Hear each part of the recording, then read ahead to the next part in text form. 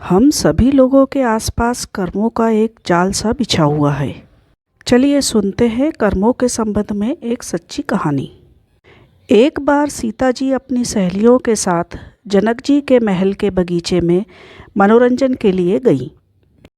वहाँ पर एक वृक्ष पर उन्होंने तोते के एक जोड़े को देखा। दोनों आपस में बातें कर रहे थे। एक ने कहा कि अयोध्या में एक सुंदर और प्रतापी कुमार है जिसका नाम श्री राम है। उनसे सीता जी का विवाह होगा। श्री राम 11,000 वर्षों तक इस धरती पर राज्य करेंगे। सीता और राम दोनों एक दूसरे के जीवन साथी की तरह इस धरती पर सुख से जीवन बिताएंगे। सीता ने अपना नाम सुना तो दोनों पक्षी की बात गौर से सुनने लगी। उन्हें अपने जीवन के बारे में और बातें सुनने की इच्छा हुई। सखी सहेलियों से कहकर उन्होंने दोनों पक्षी पकड़वा लिए। सीता ने उन्हें प्यार से सहलाया और कहा, भय मत करो, तुम बड़ी अच्छी बातें करते हो। यह बताओ, ये ज्ञान तुम्हें कहाँ से मिला? मुझसे डरने की ज़रूरत नहीं। दोनों का डर समाप्त हुआ। वे समझ गए कि यह स्वयं सीता है। दोनों ने बताया कि वाल्मीकि नाम के एक महर्षि है। वे उनके आश्रम में ही रहते हैं। वाल्मीकि रोज श्री राम और सीता के जीवन की चर्चा करते हैं। उन्होंने वही यह सब सुना जो अब सब कंठस्थ हो गया है। सीता ने और पूछा तो तोते ने कहा, दशरथ पुत्र श्री राम शिव का धनुष भंग करेंगे और सीता उन्हें पति के रूप में स्वीकार करेंगी। तीनों लोकों में यह अद्भुत जोड़ी बनेगी। सीता पूछती जाती और तोता उसका उत्तर देते जाते। दोनों थक गए। उन्होंने सीता से कहा, यह कथा बहुत विस्तृत है, कई माह लगेंगे सुनाने में। दोनों उड़ने को तैयार हुए। यह देख सीता ने कहा, तुमने मेरे भावी पति के बारे में बताया।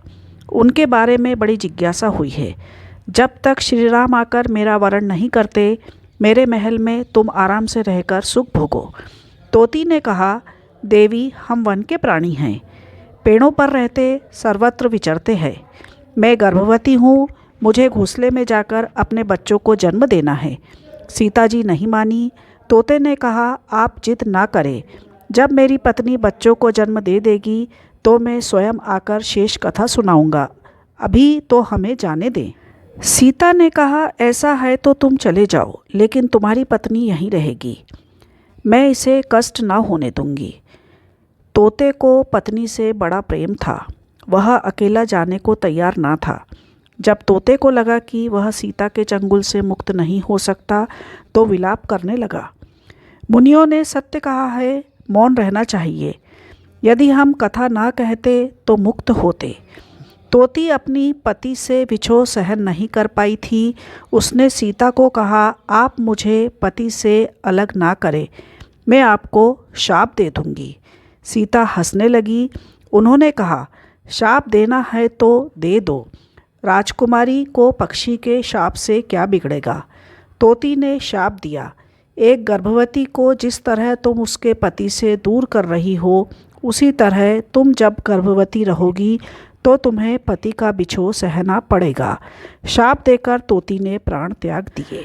पत्नी को मरता देख तोता क्रोध में बोला, अपनी पत्नी के वचन सत्य करने के लिए मैं ईश्वर को प्रसन्न कर श्री राम के नगर में जन्म लूँगा और अपनी पत्नी का शाप सत्य करने का माध्यम बनूंगा।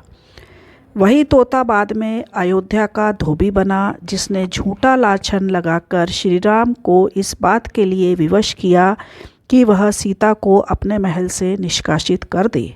आप समझ सकते हैं कि हम सभी अपने अपने कर्मों के जाल में किस तरह से बंधे हुए हैं।